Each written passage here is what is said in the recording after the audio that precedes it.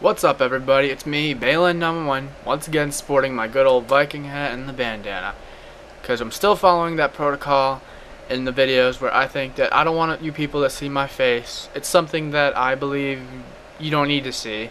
Nobody cares about anyway. But I'm going to keep it this way. It's fun. And if by some miracle people do take an interest in the series, it adds a little bit of fun to the whole entire idea. So, instead of going into a huge long explanation like I did last time, I'm just going to go right into the video gameplay after I give this quick 30-second explanation. So, this time, this one is a system I developed where it's very complicated to do because it only works for a specific type of games, but it's very effective as well as it has some very big flaws. The system is you can play any game, preferably a team deathmatch or some sort of domination type, a capture the flag if you will maybe. And the system to this is that each game you only have 3 lives. Now, not just like you play a custom game and you have like a set number of spawns. No, you join a game regardless of what position it's in. It's at the start, it's the end, doesn't matter. You die 3 times, you have to quit that game. Now, this may be different for some other games, but for the games that I used for this video, I used Call of Duty Black Ops as always, because it's going to be reoccurring until Modern Warfare 3 and Gears of War 3. So you're going to expect, mainly this video is just going to be gameplay, but we're going to jump right into that now, and I'll give you explanations all over the place. Oh my god, about fucking had B if I would have had fucking So now here's how the system works. It's very simple. All it is you play a game, and you can only die 3 times. And with the 3rd time you die, you have to leave that game.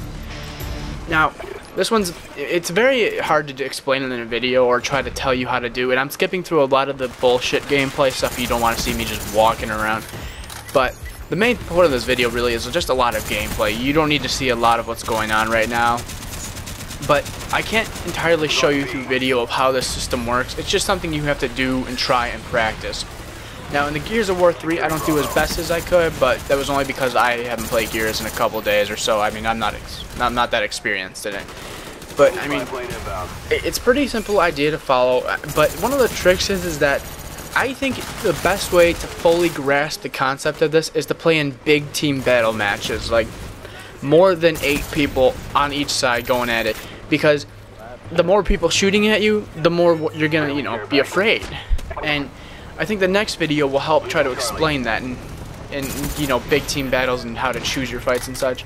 But right now it's just when you're playing, and if you're playing like a team tactical match, you should reduce it to maybe 2 lives, or if you're playing like a Warzone in Gears of War or something, you should probably reduce that to only 1 death, You gotta limit yourself based off of what you're playing. But seeing as this is a Nuketown match, this was like the absolute perfect way to explain what was going on. And I switched over to this next game because I'm showing 2 of each game, 2 Black Ops and 2 Gears. But, as I was saying, when you play in the smaller maps or bigger matches, obviously you're putting a lot more stress on yourself because you're playing against so many people or such little space, so you obviously don't have much room to camp or take strategic point wherever you might be camping out or staying at, and that obviously affects you. But right now, I mean, it's all based on what type of player. As you can see in these videos, right now I'm very aggressive. I mean, I'm staying back a little bit more than normal because I know I have my lives, but still my gameplay is pretty aggressive. I always try to charge forward, and in this you see me doing some aggressive quick scoping, which in the end it turns out to my favor. But I think I had the worst luck ever where all 4 of these matches I played, they were all very organized teams, so I had a lot of trouble getting these videos. And the other thing too is these are live too. I mean, these were the first 2 matches in the Black Ops ones. Those were the first 2 matches I joined. I didn't, go to theater. I didn't wait. I just went right in. And I said, you know what? I'm gonna follow my own system, because when I do these things and I tell you these things, it's because I've tried them. I see if they work. I think about them all the way to their full extent, and then I try to help you guys as much as I can.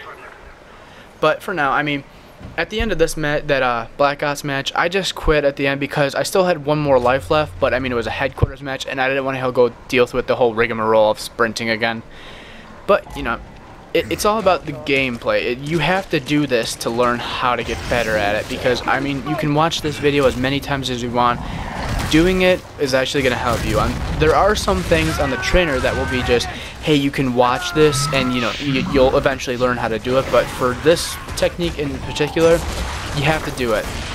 So I mean, leave some comments. Tell me, what did you get? What was your KDR? What did you average? What maps were you playing on? Because I personally got stuck on some crappy maps in the Gears 3 ones. So I mean, obviously, me not being that experienced with the maps, I kind of got screwed over. So leave some comments, give me some feedback, and next episode I might do a fight or flight. For those of you who probably, you should all really know what fight or flight is. I'm sorry, I mispronounced it. And flight or fight is choosing whether to go into initiative and fight somebody, or take flight, which is running away from a situation. Now, obviously it's a game. You're not going to be fully thinking of that type of situation because your real life is not on the line. But for the next episode, it'll be more of not explaining campy situations, but more of when to take out of a fight and, how to judge what fights to pick when you have a chance. So that's it for now. I hope you guys enjoyed the rest of the gameplay. That's it for me. Don't forget to rate, comment, subscribe, and if you think you have legitimate strategies you want to show me, you can always add me on Xbox Live, Bailin911. But you might want to look at my games before you decide anything, because I only have set number of games. But other than that, try these out. Tell me what you think. Thanks, guys.